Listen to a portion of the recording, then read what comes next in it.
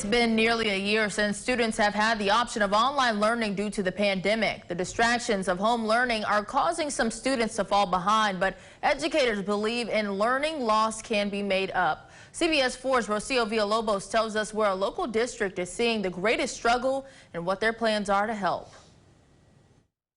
Donna High School student Taylor Sieber moved to virtual learning at the start of the pandemic and will be finishing out her senior year through a computer screen.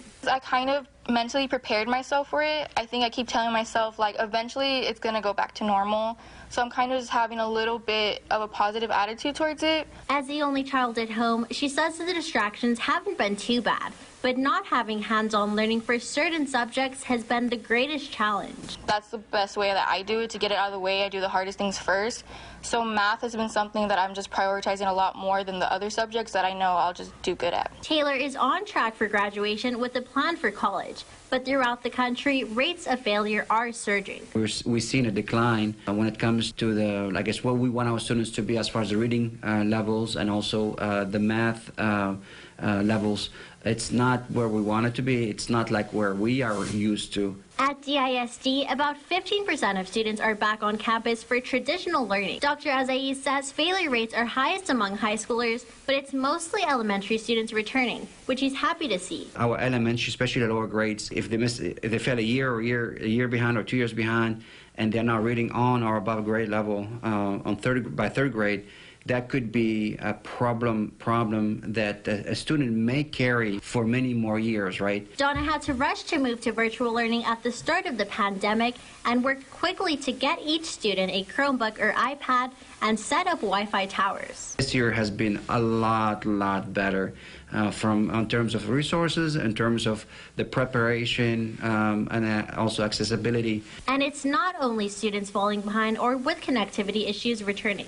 Many of them are missing the social interaction with their peers, the interaction with their teachers, the close proximity, right, face to face. Apart from learning loss, children are facing other problems. We've seen a terrible trend in teen suicides and mental health issues, particularly depression, some anxiety. It's affected really all walks of life because of the isolation. Sociologist and parent relationship coach Laura Reagan says the pandemic has further accelerated the already increasing trend. The fast pace of society, the lack of involvement in other relationships is a really major issue. She says having quality relationships reduces the risk of suicide, whether that's through returning to school or finding other ways. Having phone calls and video chats with family, getting outside, you know, that can be such a wonderful healer because you're not just stuck on screens all day.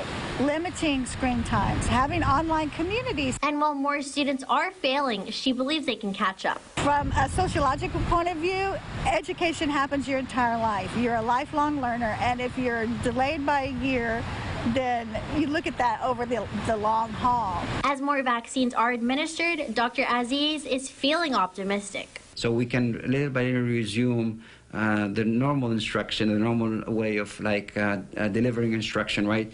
And having extracurricular activities and doing make it, you know, what it's supposed to be, really learning and fun at the same time for our students, or engaging, right? He adds the district is already planning workshops to bring students up to speed. 3 hours of doing a lot of reading and writing, and then maybe another 3 hours of math.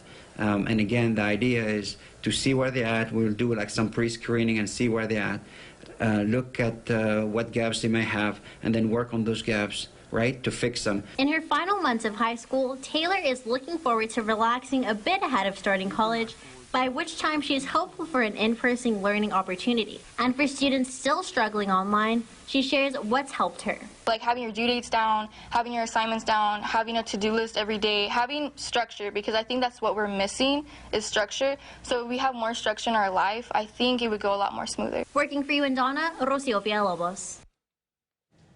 And for extra support in their quest to get students back on track, Donna ISD has applied for a grant offered by the TEA focused on reversing learning slide from COVID-19.